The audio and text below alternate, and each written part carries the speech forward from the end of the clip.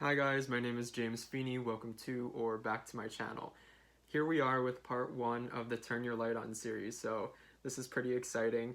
I have my computer right below, so when you see that kind of light, actually the light is helpful given there's been a lot of cloudy days, and I almost wanted to wait for a sunny day to film this so that the natural light would really make the video appear more visually uh, nice, if that makes sense. But I can't wait forever, and there's been a bunch of cloudy days. So the blue light from my laptop is here, as opposed to a lot of my normal videos where I kind of just go speak off the cuff and don't have any sort of idea in mind. With this series specifically, I do have things written down because I don't want to forget these. This is supposed to be a little bit more structured, of course fun, and there's a lot that I'm going to add, but I want to touch upon very specific points because this is supposed to be a little bit more helpful and informative and something that you guys can hopefully gain something from, so I don't just want to speak extemporaneously and hope that I'm getting at something. So you'll see in the title below, this one's called How to Be Your Own Light. I'm thinking that this is going to be almost a little bit of a primer in a great way for anybody who's not so sure about the series to get a better idea of what it is that I'm talking about, while at the same time starting to dig into the meat of what we're going to hopefully do here. Not that it's extremely interactive, but just I'm hoping that this is something that others enjoy. So without too much fuss, how to be your own light. So this is going to be, and I'm sorry if I'm looking down, I already feel like I'm like reading off a script, and I hope that that's not how it comes across. But I've written that this is going to be a lot about learning how to be your own guide, to relish and allow yourself control over the one thing that we do truly have control of, in my belief, which is ourselves. So us being our own light means kind of being that guide, being the one that we know that we can rely upon, feeling comfortable with our agency and in our own presence. I feel like that's something that we feel uncomfortable with, exercising control over what we do have control of ourselves. So I think that it's tricky here. I think that we like to think that we are comfortable with ourselves, that we can just do things on our own, and we like to think that we're comfortable with the control that we have over ourselves, but a lot of what I see and have experienced myself leads me to believe that that's a misconception, or that that's not always the case, or not nearly as commonly as we would think. A lot of us like the idea of having control of things, of sort of that steadiness and stability that we can provide, and the things that we can do. But I think that control of ourselves scares us, or it scares a lot of us to an extent. I know myself personally, I dealt with that for a long time. I would love the idea of being able to sort of, not control, but be able to, yeah, control the different aspects and avenues of my life, when in reality I didn't have control of those, and it was mostly because, not because I actually didn't feel in control of myself, more so that I was scared of the control that I had over myself. I would give up that power or hand over that power because I didn't want to feel responsible for it. Letting others decide for you, taking others' ideas and opinions that they kind of foist upon you, and rationalizing them as your own because they think it's what's right for you, or you see someone that has a life or lives in a way or does something that you admire, and you think that maybe copying or emulating and taking on certain attributes of theirs is going to be a lot easier than synthesizing in an authentic way your own. And I think that we can all resonate with that to some extent, some of us a lot more than others. I know I can resonate with that.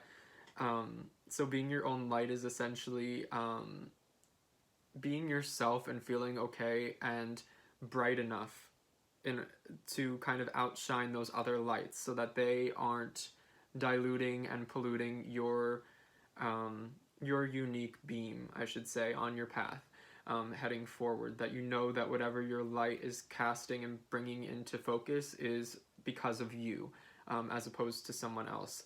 I hope that metaphor made some sense, or that analogy made some sense.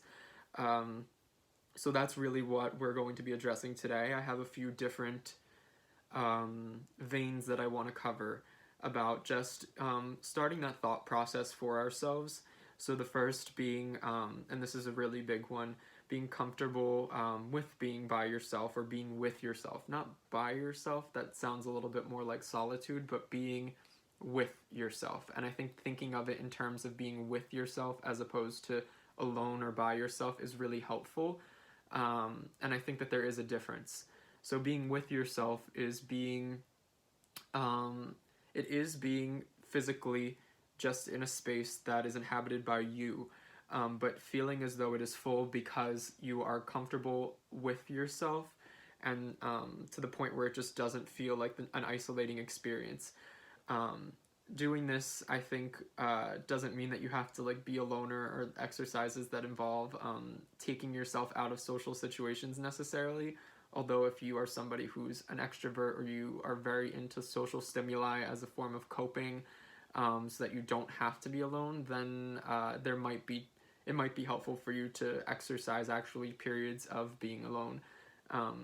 Slowly, and I'm not saying working towards being completely alone, but just to the point, and for the fact of gaining an element of comfort and power through by means of kind of acquainting yourself better with who you are and being in a space with just you. Taking small steps, being comfortable in your own company.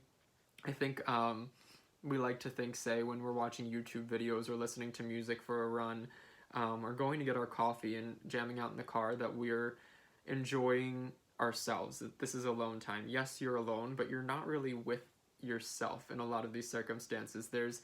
We turn to, say, like the stimulus of noise and singing, or watching someone who is speaking to kind of distract from the time that we would have with ourselves. You'll notice that a lot of that time isn't spent in your internal landscape. You're not reflecting. There's not really much of an element of dialogue and thought that you're having with yourself in an almost reciprocal fashion. That's not happening when you're, say, listening to music, singing, watching videos or movies or YouTuber, or when you're really engaged in a rigorous activity that requires a lot of your mental capacity. So while you might be alone for those things, and I think that there is something beneficial to that, it's not the same as being with yourself, in my opinion. Please feel free to add your 2 cents. But I think that things like sitting silently, so meditation, of course, is a great one. There are a lot of spiritual activities that promote this, but I also think things like just sitting and reading. I do think that reading while you're reading somebody else's words and they are entering your headspace, reading in silence, I should say, and alone, is a way of being with yourself. You are processing those words, and your thoughts and the dialogue that you create within yourself based on the words that you are ingesting is very organic and healthy.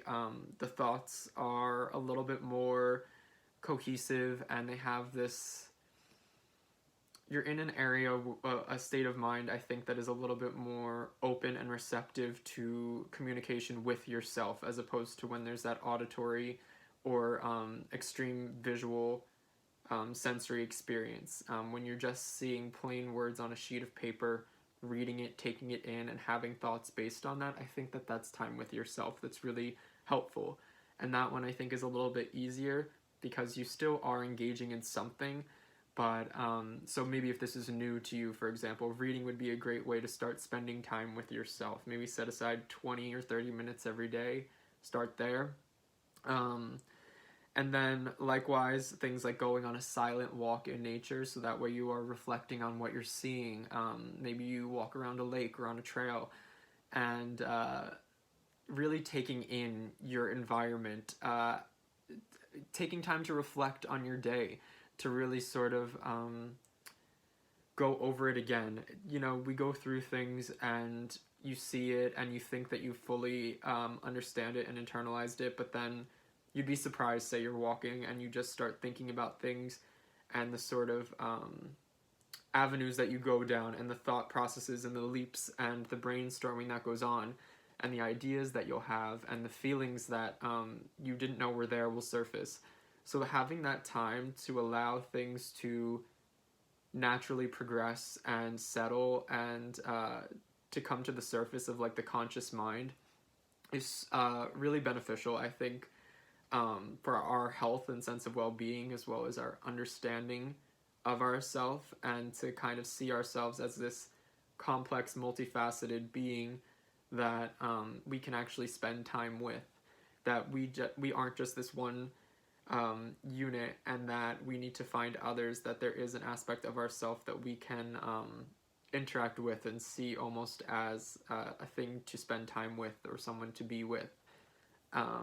So yeah, silent walks, meditating, taking yourself on a date. I know that that's one that's like really intimidating for some, but just going to a restaurant, getting a table for one, even go so far as to be like daring, and instead of like, yeah, sitting at the bar is one thing, because a lot of people who are alone when they go out to eat will sit at the bar because, you know, you're not taking up the space. It's where like a lot of alone people go.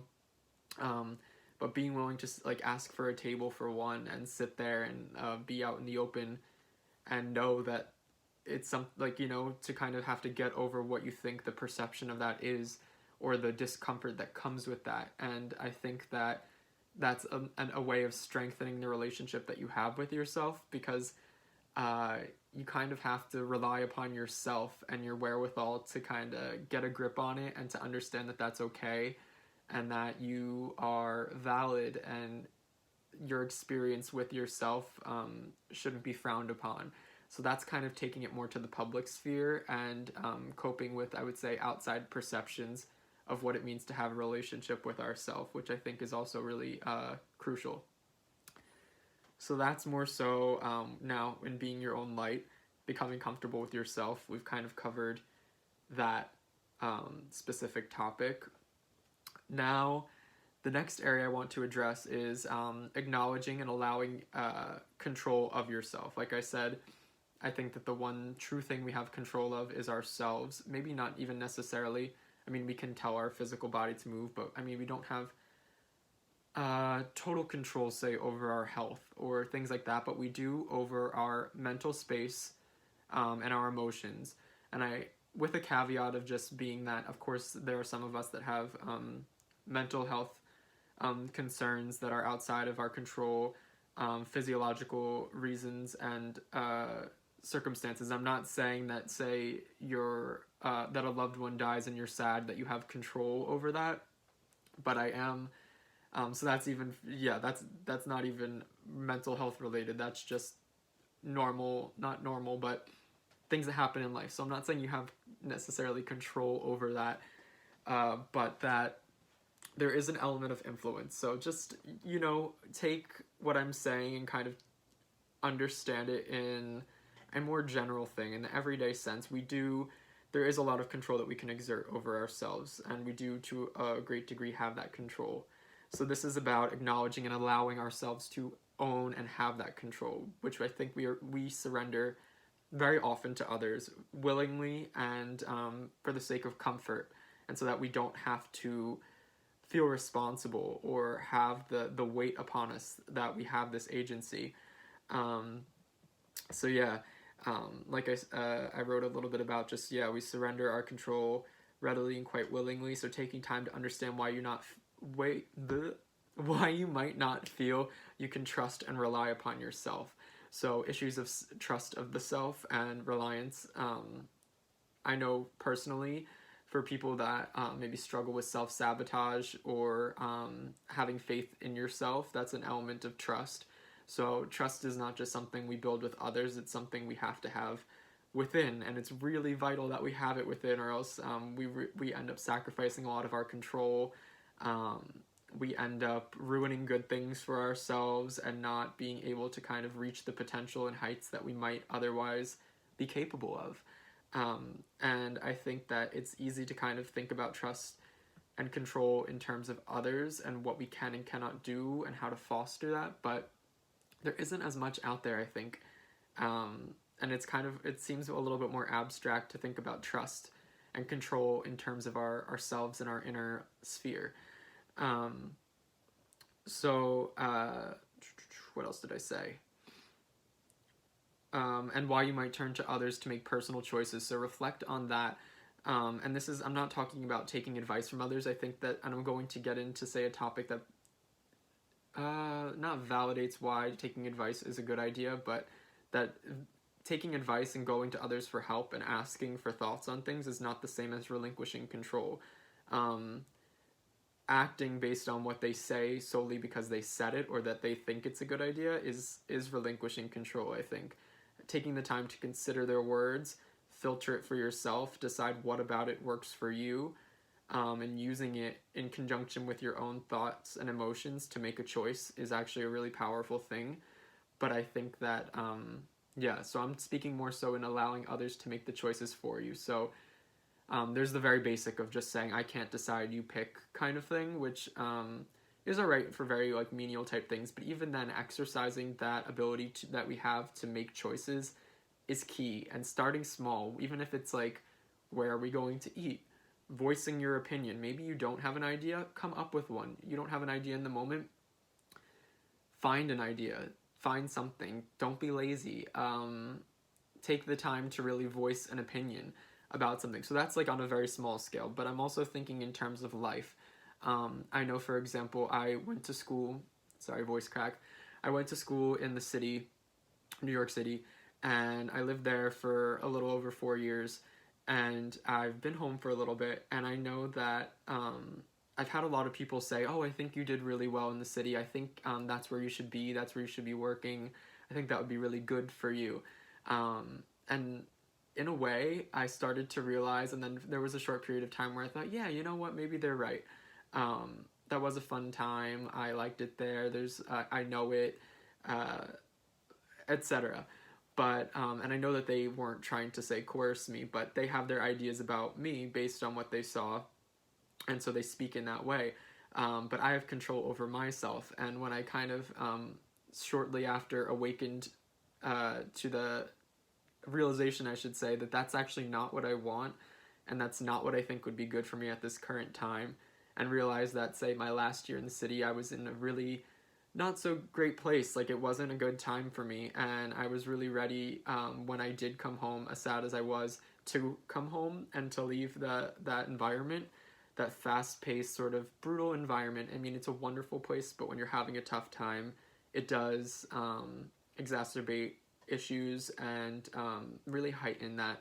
So I don't actually think that that is right for me right now, but I started to think that because a lot of people would tell me, oh, maybe you should do this, I think you should do that, you would work really well there.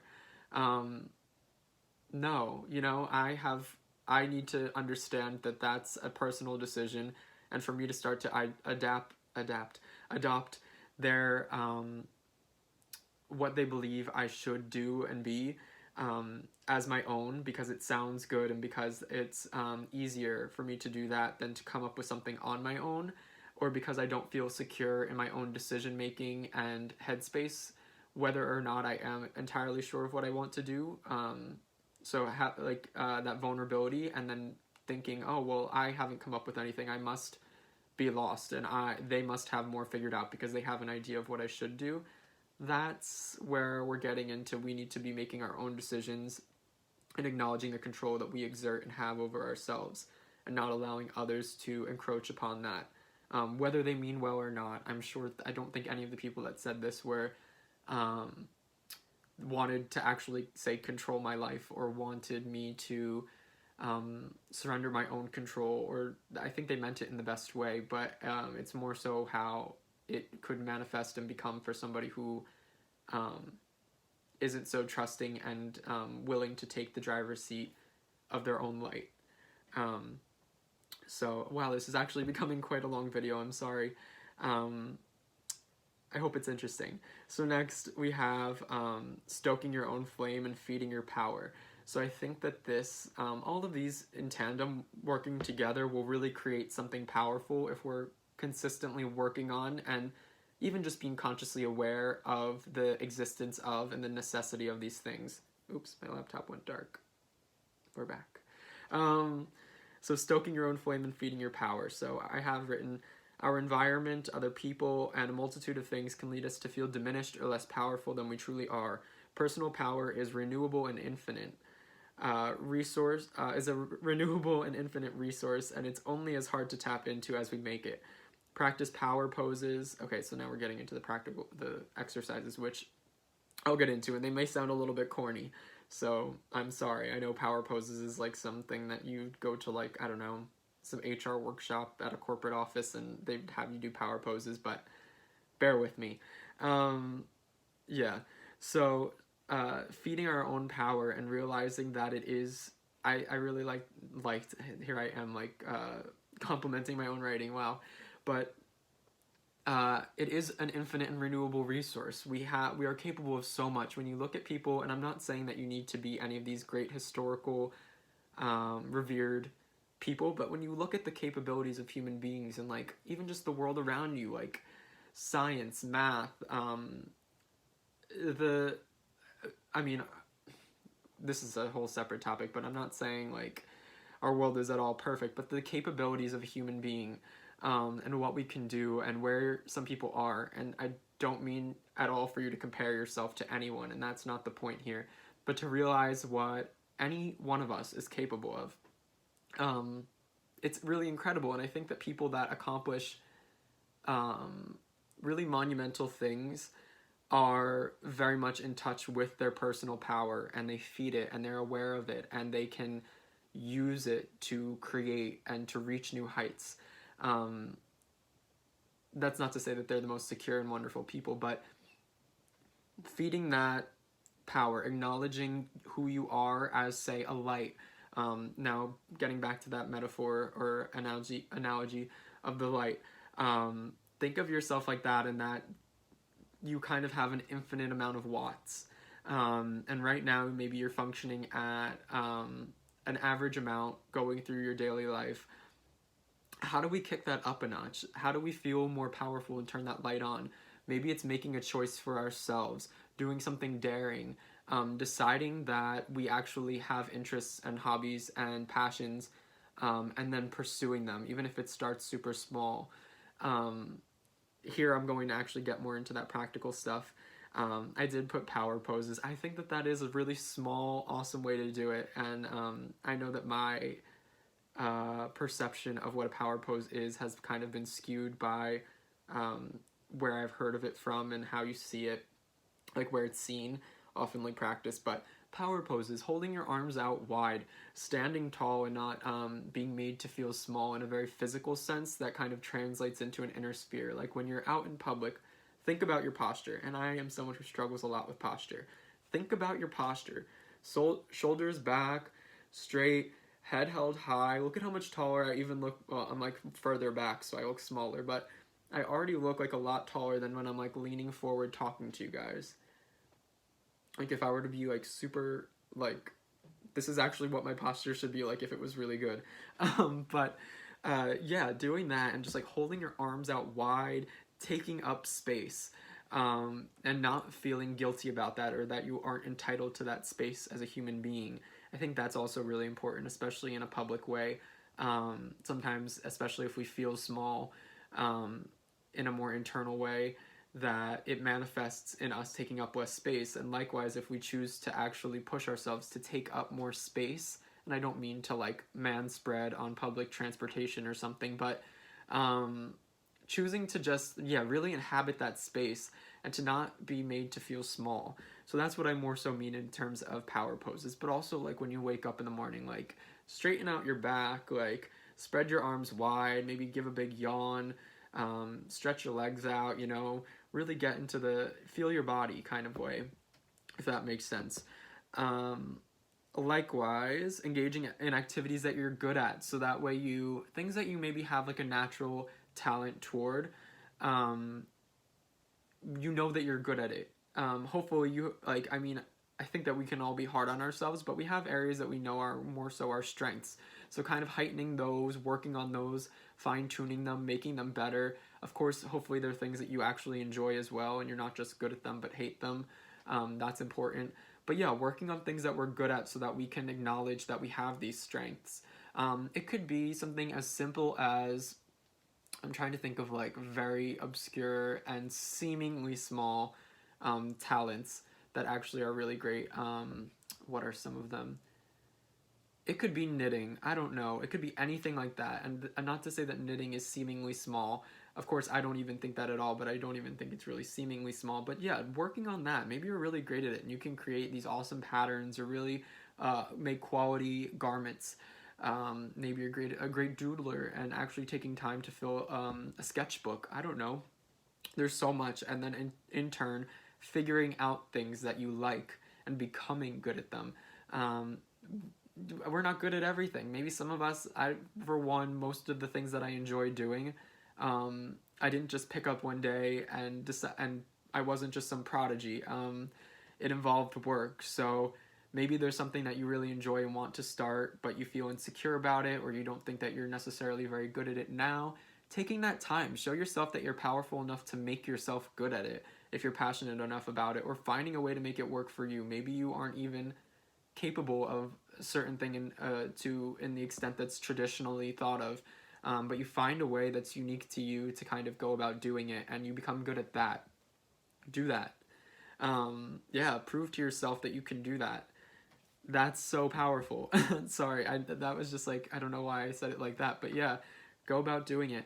And then also find others who can kind of, this is more so, I guess, if you're already in a space where you're semi-comfortable, but finding people that will help you to come into your own power and likewise doing it for them. You know, somebody that can be your hype person who's actually really along for your path of growth and development and meaning in life and what that's going to entail, whatever it may be. Find someone, if you don't already have that, that can be that for you and that you can be for them, because I think, of course, things should be two-sided. It's like a friendship or a relationship or whatever it may be.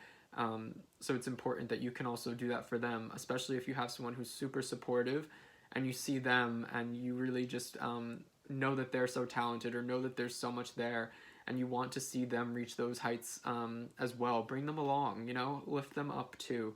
I think that that's a really beautiful way to pass it on a little bit. I think we should all be our most powerful lights. We should all be able to be our own light.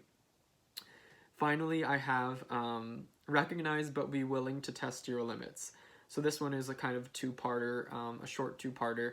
So like I wrote that it's a tricky one. It's important to be realistic about your capabilities. However, pushing ourselves to be better versions of ourselves is a great way to broaden the range and scope of your own light. Find healthy ways to push your own boundaries and capabilities to incite growth and healthy challenge. Be willing and feel okay asking for help. You are not less than or diminished because somebody can do something you cannot. I'll start with being willing to ask for help because I think that's really a tough one for some of us. I know myself. So I think that a lot of also society has conditioned us to feel as though we are weak or incapable or less powerful or incompetent because we have to ask for help, because we cannot do it ourselves. Or entirely on our own. So we need to then enlist the other people to kind of help us. And I really don't think that's the case. I think that there are a lot of things in life that truly cannot be done on our own. There's also areas of weakness that we have, and I think being realistic about that, about our capabilities, is powerful, and to acknowledge them and to accept them. To not just say, I know this exists and it sucks. To say, I know this exists and it's okay. I accept that I am not that good at this, that I cannot do that. And I'm still a human being. I'm still a powerful, capable human being, and I can do this and I can do that. And it's okay that I can't do that, or I'm really not so good at that, or I need help with that. You are still just as powerful, even if it's something that's conventionally thought of to be able to be done by a person, and say you can't do it for one reason or another. And you say ask for help from somebody, hopefully from a place that feels very healthy and willing.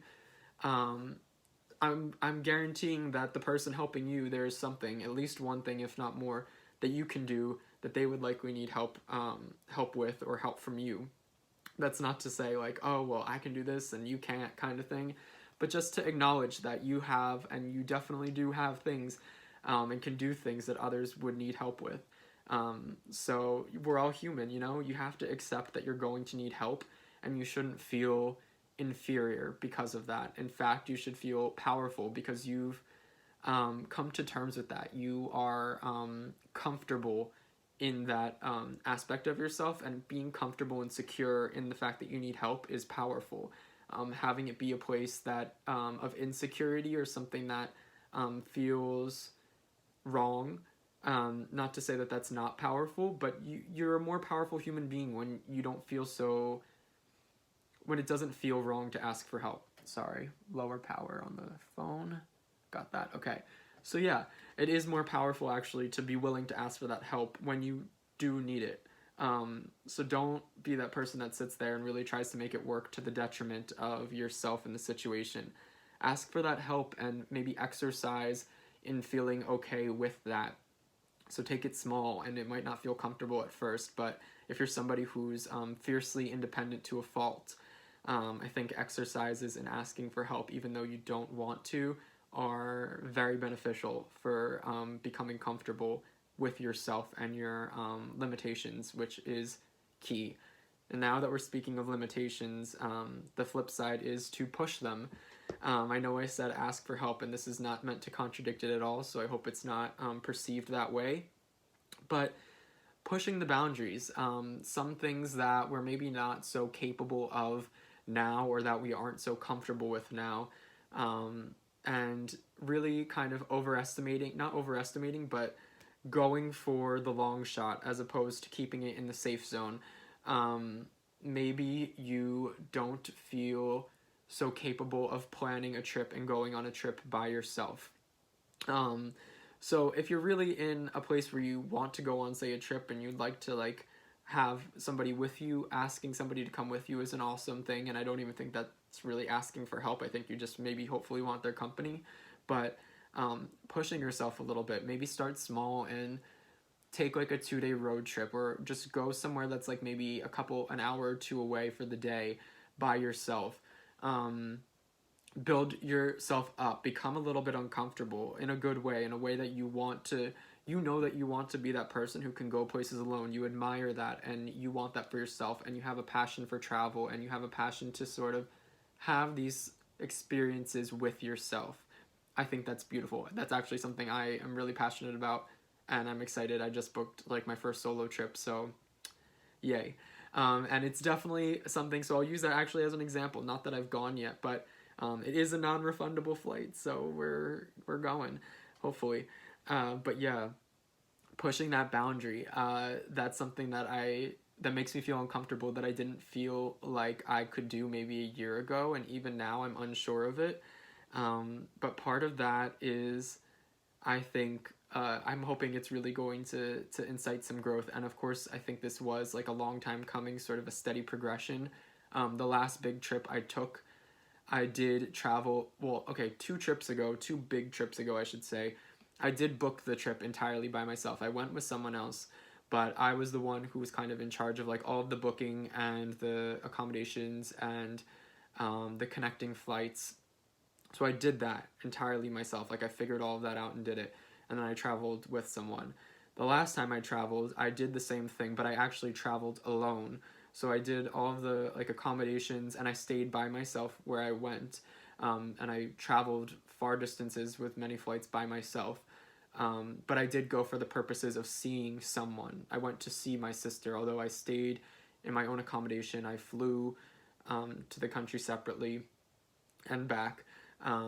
I did go for the purposes of seeing her. And now I've taken the next leap, in my opinion, which is figuring it all out on my own, staying on my own, and actually going just by myself with no intention, and not going to see anybody, any actual person. There's no one there waiting for me that I've booked this trip around or for the purposes of. So testing those boundaries. Yeah, so of course, now I'm thinking this doesn't appear to be as in contradiction with asking for help, which is the point. I don't want it to seem like pushing your boundaries and being willing to ask for help are contradictory at all. I think they're super complementary, actually.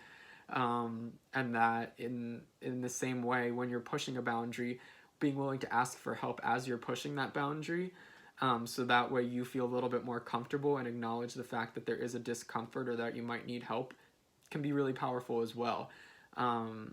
So yeah, that's pretty much what I have to say on that one, and we have reached and gone through the list. I'm hoping that these four main categories kind of really arc into and create this like they're exercises and concepts that are going to, I would say, help you to be your own light, your light in being yourself, a beacon, a powerful sentient individual in the world who is a part of a collective, but is